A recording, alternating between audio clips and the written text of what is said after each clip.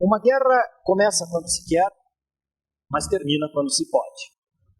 Essa frase do grande pensador e filósofo florentino Nicolau Maquiavel expressa efetivamente o que foi a Segunda Grande Guerra Mundial. Por volta de 1940, enquanto o mundo ainda estava extasiado com as grandes produções cinematográficas, como E o Vento Levou, Casablanca, Cidadão Kane, a Europa já ardia em chamas na Segunda Guerra Mundial. A pequena notável Carmen Miranda saía do Brasil para conquistar os Estados Unidos da América do Norte. No Brasil, o senhor Getúlio Vargas, que havia dado um golpe de Estado em 1937, ficou entre a cruz e a espada, ficou entre Deus e o diabo. Como simpatizante das potências do eixo, das ideias nazifascistas, se viu praticamente forçado a declarar guerra, a romper relações diplomáticas com o eixo. O Brasil vai participar da Segunda Guerra Mundial. Em 1944, a Força Expedicionária Brasileira, a nossa gloriosa FEB, embarcava para o teatro de operações na Itália. Qual o papel real representado pela FEB? Venha conhecer a verdade histórica sobre a participação brasileira na Segunda Guerra Mundial. Vamos lá? Quero que vocês conheçam agora o nosso amigo, anfitrião, o Coronel Pércio Ferreira.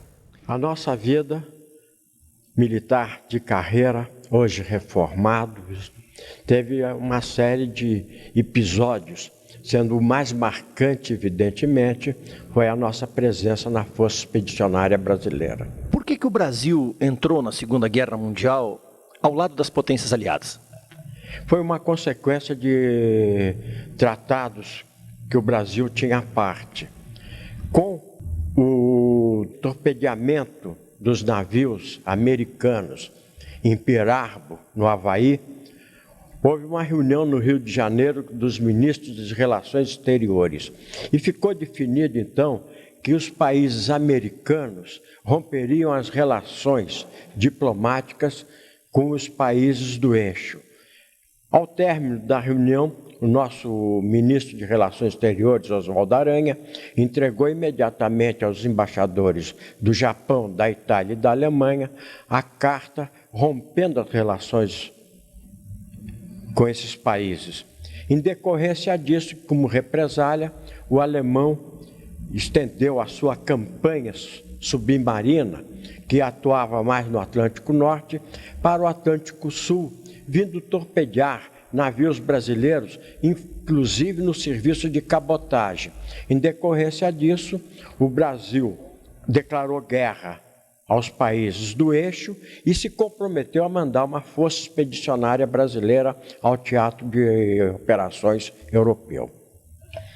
Coronel, então essa afirmação de que os americanos teriam afundado os navios brasileiros não tem fundamento nenhum. Não, de espécie alguma. Isso foi posto no ar, assim, aleatoriamente. Nós, inclusive, temos documentos do Estado-Maior das forças alemães, dando, inclusive, o nome dos comandantes dos submarinos que torpedearam navios brasileiros. Correto. Coronel, o senhor poderia traçar para nós um perfil do soldado brasileiro que foi para o teatro de operações na Itália? O soldado, nós, de um modo geral, não só o soldado, como o brasileiro, tem características próprias, bem diferenciadas dos europeus e americanos. Nós não estávamos preparados para uma campanha.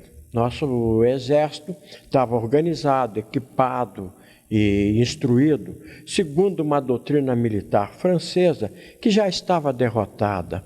Então, nós tivemos que nos organizar, nos equipar, nos instruir com relação à doutrina militar vigente das forças aliadas. E aí começaram a se revelar as nossas qualidades e as nossas deficiências e os nossos vícios, bem caracterizando um soldado que é instruído relativamente bem, mas o procedimento não é aquele regulamentar, coisa que se nota até hoje em dia, em que as normas são baixadas, porém segui-las, isso é outro problema. Muito bem. Coronel, como é que foi a viagem e a chegada lá na Itália e a recepção pelas tropas norte-americanas? Bom, nós partimos do Brasil sob várias expectativas.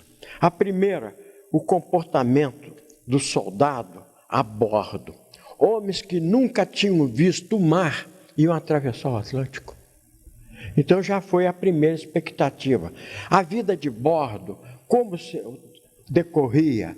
Então, de expectativa em expectativa, de soluções em soluções, nós chegamos ao Teatro de Operações Europeu, na Itália.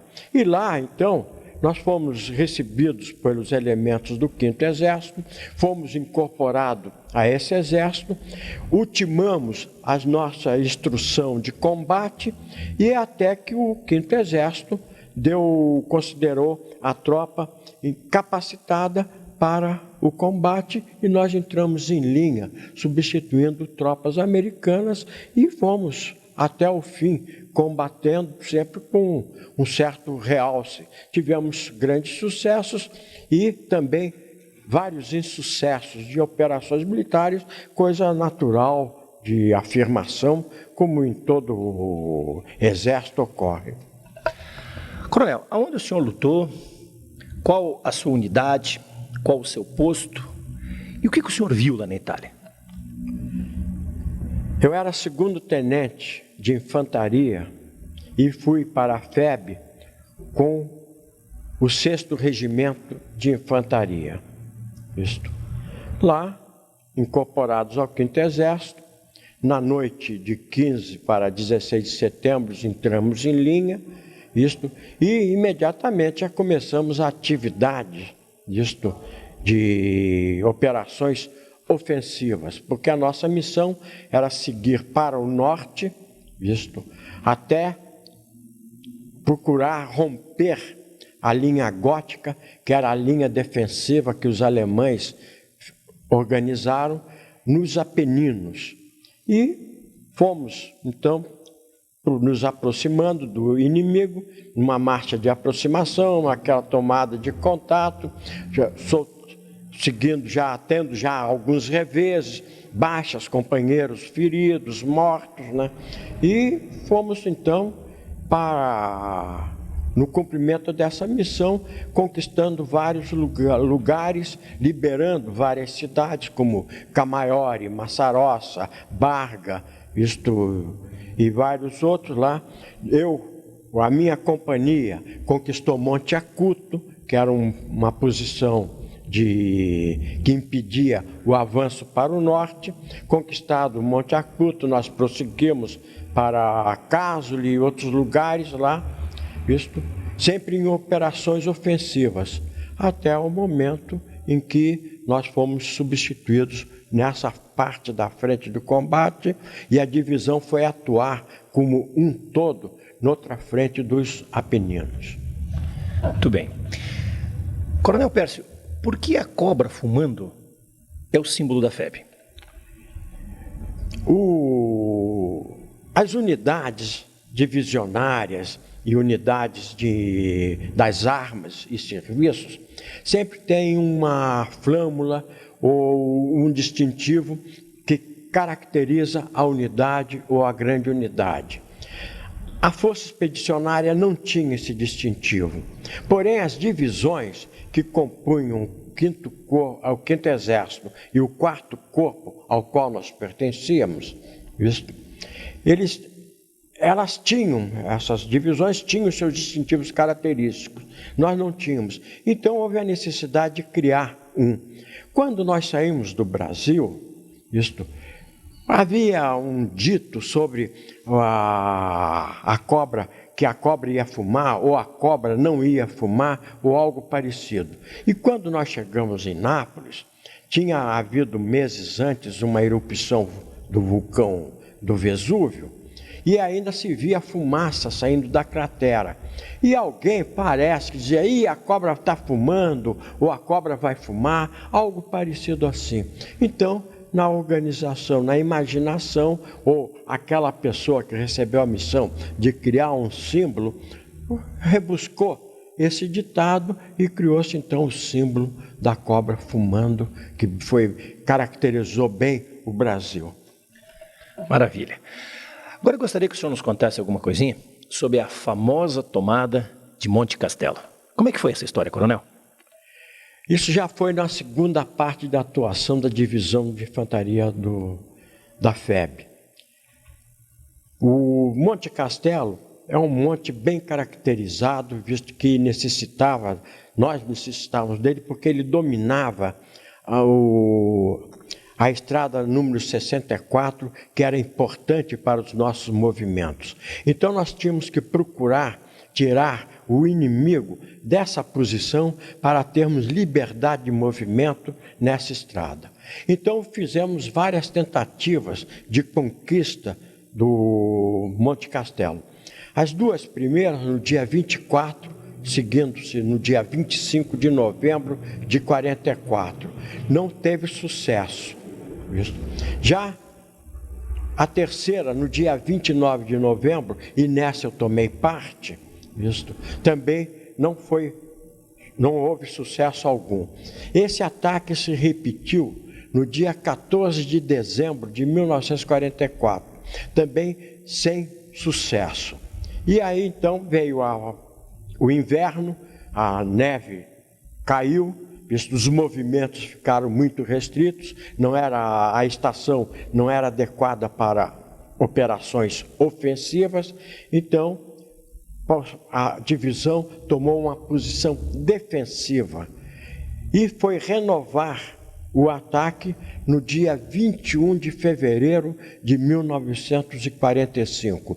E aí então tivemos o grande sucesso, a posição foi ocupada, a tropa foi vitoriosa, e nós tiramos então as vistas do inimigo sobre a rodovia 64, e nós tivemos condições então de tomar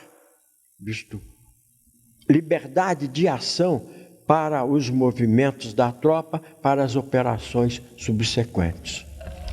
Muito bem. Os historiadores comentam que o combate mais violento, o combate mais importante, o combate mais sangrento que nós tivemos oportunidade de participarmos foi o de Montese. O senhor concorda, coronel? De fato, concordo, sim. E estive em Montese também, O problema, Montese foi uma grande vitória da nossa força, Tivemos um êxito total, o inimigo foi surpreendido pela ação dos nossos homens, O ataque foi no dia 14 de abril de 1945, Fizemos muitos prisioneiros, uma atuação brilhante do 11º Regimento de Infantaria. O ataque foi no dia 17 de abril. A minha unidade, o meu batalhão, foi para Montese. Passamos 48 horas dentro de Montese, sob um bombardeio tremendo das forças inimigas. Não queríamos prosseguir no movimento e sempre o bombardeio, a ação inimiga nos impedia de prosseguir. Tivemos muitas baixas. A nosso ver, foi o mais importante combate que a tropa brasileira se viu empenhada. E, segundo dados comparativos, foi o terceiro grande bombardeio ou ação de operação de envergadura no teatro de operações da Itália. O primeiro foi o Monte Cassino, em que as tropas americanas, junto com forças polonesas, forças francesas e de outros países, tentaram romper a defesa inimiga, não conseguiram, combatendo por muito tempo. Esse foi o mais importante. O outro foi Anzio. o desembarque das tropas americanas e inglesas em Anzio. Também a reação inimiga foi de tal ordem, visto que praticamente encurralou as forças americanas e inglesas na Baía de Anzio. E terceiro, Montese, pela sua importância e pela reação do inimigo. Essas histórias e tantas outras nós vamos continuar viajando na agradável companhia do Coronel Pércio nos próximos programas. Não perca! A FEB é um dos orgulhos dos brasileiros e, em nome de todos, gostaríamos de homenagear um dos nossos heróis, Ari Cruz.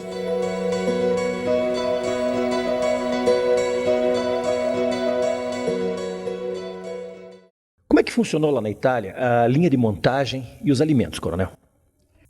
A linha de montagem, de viaturas particularmente, o navio trazia esse material todo dos Estados Unidos, né?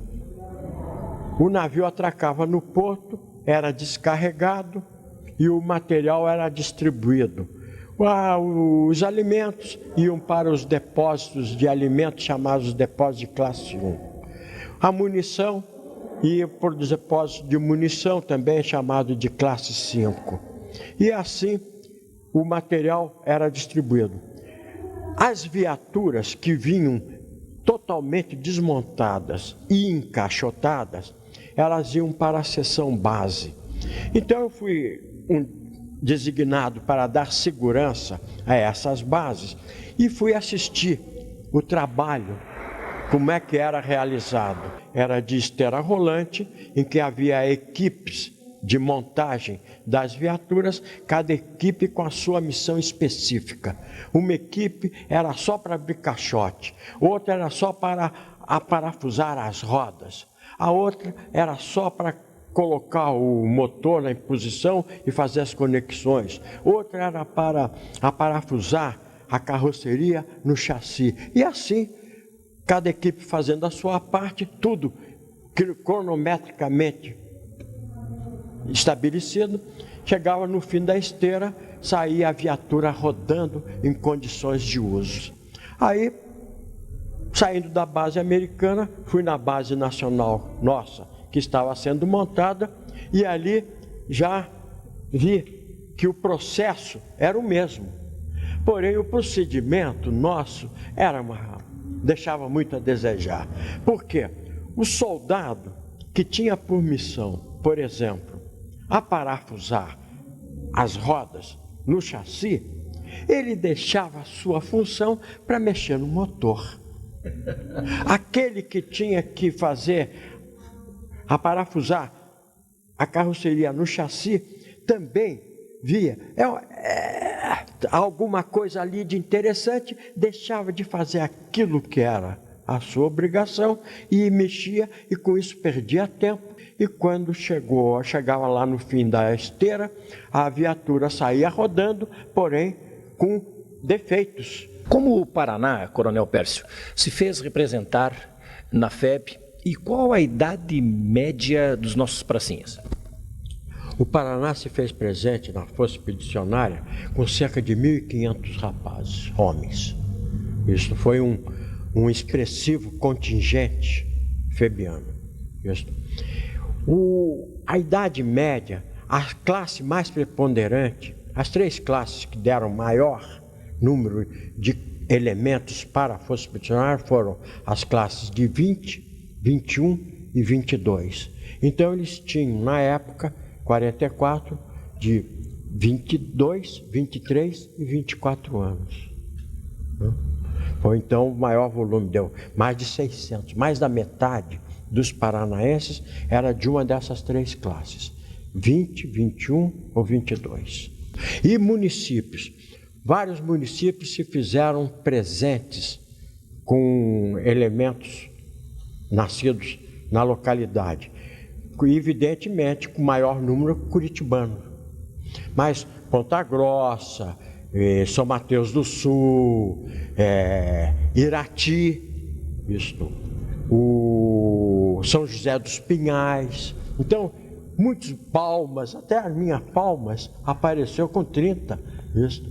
Então, assim, vários municípios, Araucária com 70 e poucos expedicionários, visto? Enfim, a representação paranaense foi grande, foi expressiva, e a atuação dela também foi, desses 28 foram mortos em combate, e mais de 80 foram condecorados com a Cruz de Combate de primeira classe por atos de bravura. Então a expressão foi notável. Lá no Teatro de Operações na Itália, nós tivemos um caso muito interessante do café. Coronel Pércio, que caso foi esse do café? Foi um fato de até inqualificável. Nós recebíamos do Brasil umas latas de café de 5 quilos, café em pó, latas de 5 quilos, bem acondicionado, essa coisa toda. E, como em todos os lugares, havia carência de café na Itália. O italiano não tinha café, ele tomava como café uma mistura de ingredientes lá que não se sabia o que era, e que eles diziam que tinha um sabor de café, mas não tinha nada, era horroroso. Então, no mercado negro, tinha o café era negociado e tinha muito valor. O que um soldado imaginou? Servido o café para nós, ele foi ao sargento do rancho, carregado lá do rancho, e pediu para guardar para ele o pó de café servido, já com café coado, e pôs esse pó a secar ao sol, e até achar a quantidade suficiente para preencher a lata. Preenchida a lata de 5 quilos, ele voltou ao sargento do rancho e pediu um pouco de café não passado, e fez uma camada de uns 5 centímetros na parte superior de café, efetivamente café, certo? E aí fechou direitinho essa coisa toda e tal, e foi vender no câmbio negro esse material. Lá pelas tantas ele achou um italiano predisposto a comprar a mercadoria. E diz, bom, o italiano aí exigiu que ele abrisse a lata para verificar que material ele estava comprando. E o italiano, então, ele abriu a lata, o italiano meteu o dedo lá naquela camada de café real, experimentou, disse, puxa, café brasiliano, muito bom e tal, fecharam o negócio. O italiano saiu, pagou lá as tantos milhares de liras, que eram o custo, né? E saiu o italiano contente com a mercadoria e o soldado contente também com o dinheiro, com as liras apuradas. Ocorre que o soldado, quando foi gastar as liras, aí verificou que era tudo falso. Um valeu pelo outro. Difícil dizer quem é que era mais malandro, era o brasileiro ou o italiano, cara? Como se deu a fundação da Legião Paranaense do Expedicionário, Coronel Pércio? Um grupo de companheiros nascidos aqui no Paraná e morando no Paraná, e expedicionários mesmo morando no Paraná,